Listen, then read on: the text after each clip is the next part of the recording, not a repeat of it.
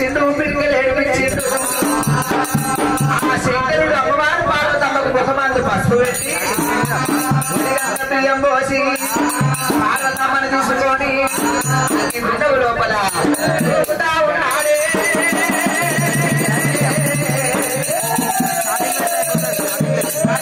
పోషమ్మ ఏమంట ఉన్నది శంకర నేను పుట్టినాకని మరి ఎప్పుదానాయినా అరేమో అగ్గిదేమా అనుభవ తల్లికి తమ్ముడా నాకు మేనమామ తల్లికి సీతాకు మందవు సీర కాలొద్దు రాయికాకు మందవు రైక కాలొద్దు అమ్మవారు బగ బగ బగ బగ కాష్టం అంటుతుందంట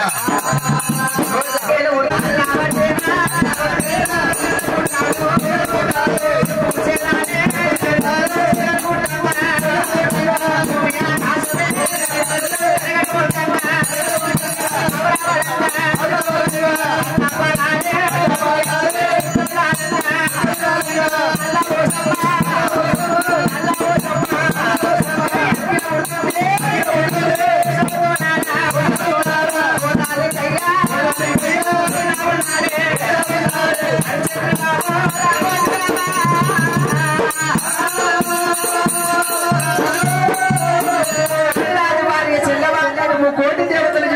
కన్నీరు తల్లుకుంటూ పోతున్నారు బగ బగ బగ బగ బగ కాష్టం అంటుతుంది పరికటంగా చెక్కలు పడెప్పులు అవుతున్నాయి వాడు ఒకేలా అగ్గి లోపల ఏడుస్తున్నది అమ్మ పోషమ్మ ఏమంటాడు తమ్ముడా విష్ణుదేవా ఏమిలా బగ బగ మండుతుంది అగ్గి లోపలికి వెళ్ళి సప్పుడు వస్తుంది తల్లి దయ్యమయ్యి రాది తమ్ముడా తల్లి దయ్యమయ్యి రాది తమ్ముడా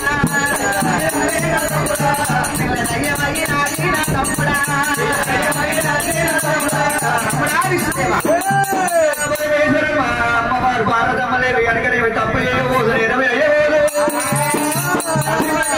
పిల్లమండలేదు అన్నయ్యా మన గ్రహపగలిగి నేను మన తోట ఉంటదయ్యా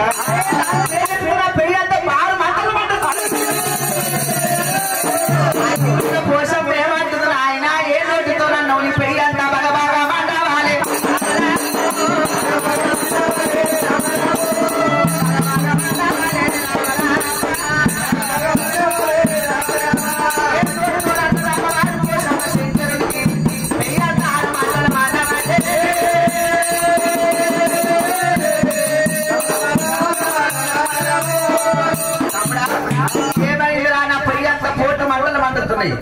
అన్న బ్రహ్మ పరమేశ్వర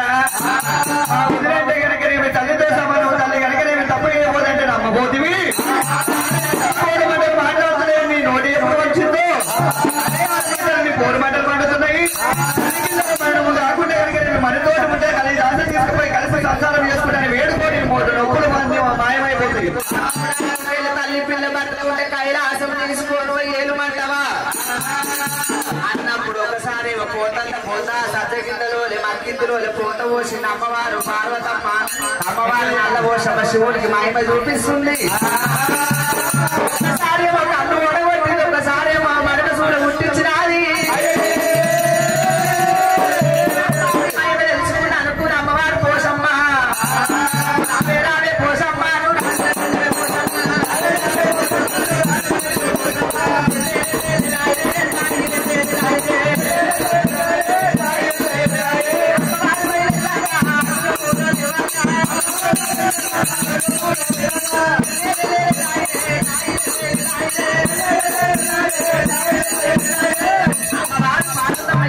బయటకు వస్తున్నది అగ్గిగుండవలకేని కాటిలో పుట్టింది కన్న పోసమ్మ బొగ్గలో పుట్టింది బుగ్గ పోసమ్మ పోసమ్మకు తొట్టెలు వేసిర్రు పేరు పెట్టిర్రు పుట్టి 7 రోజులు కాలే